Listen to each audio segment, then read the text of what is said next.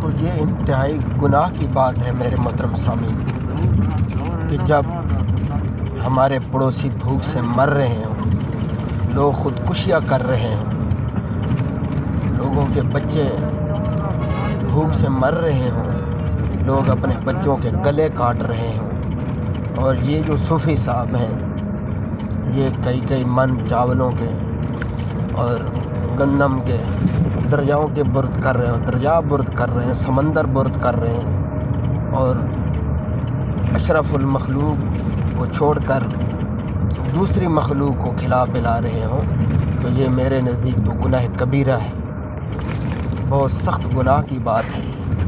اس لیے اللہ نے انسان کو اشرف المخلوق بنایا ہے۔ اشرف المخلوق کا حق دوسری مخلوق سے زیادہ ہے۔ یہ احساس کرنا ہے کہ ہمارے اندر ایک دوسرے کا احساس پیدا ہو جائے۔ پڑوسی کے بچے بھوک سے مر رہے ہیں، انہیں ایک وقت کا کھانا ملتا ہے، دوسرے وقت کا کھانا ملتا ہی نہیں ہے۔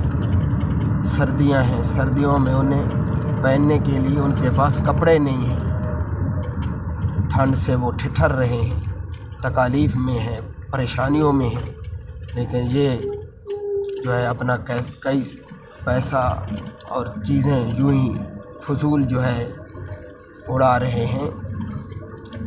تو میرے محترم سامعین، یہ احساس کی بات ہے۔ سب سے پہلے اپنے پڑوسیوں کا حق ہے، پڑوسیوں کے بہت بڑے بڑے حقوق ہیں۔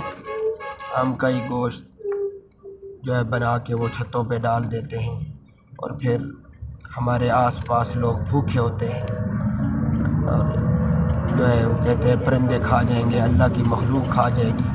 بھئی اللہ کی مخلوق تو اشرف المخلوق انسان ہے۔ جب وہ بھوک سے مر رہے ہیں تو پھر ہمارے یہ صدقے اور خیرات اور یہ نیکیاں کس کام آئیں گی؟ اللہ ہم سے پوچھے گا کہ فلاں میرا بندہ بھوکا تھا، کیا اس تک اس کی خبر گیری کی آپ نے؟ میں اللہ نے آپ کو اتنی نعمتیں دی ہوئی تھیں، رزق والی نعمت دی ہوئی تھی، اس نعمت کا کیا شکر ادا کیا؟ اس لیے یہ احساس کی بات ہے، یہ ناجائز ہے میرے محترم سامنے کہ جب اشرف المخلوق بھوک سے نڈال ہو اور وہ جو ہے سسک رہے ہوں، تکالیف میں ہوں، پریشانیوں میں ہوں، اور ہم اپنا مال و دولت اور رزق یوں ہی جو ہے سمندروں، دریاؤں اور دوسری مخلوق کے حوالے کر کے آ جائیں۔ یہ ہماری بدقسمتی ہے، بے احساسی ہے، اور گناہ کبیرہ ہے میرے محترم سامعین۔ اللہ رب العزت ہمارے اندر ایک دوسرے کا احساس پیدا فرمائے۔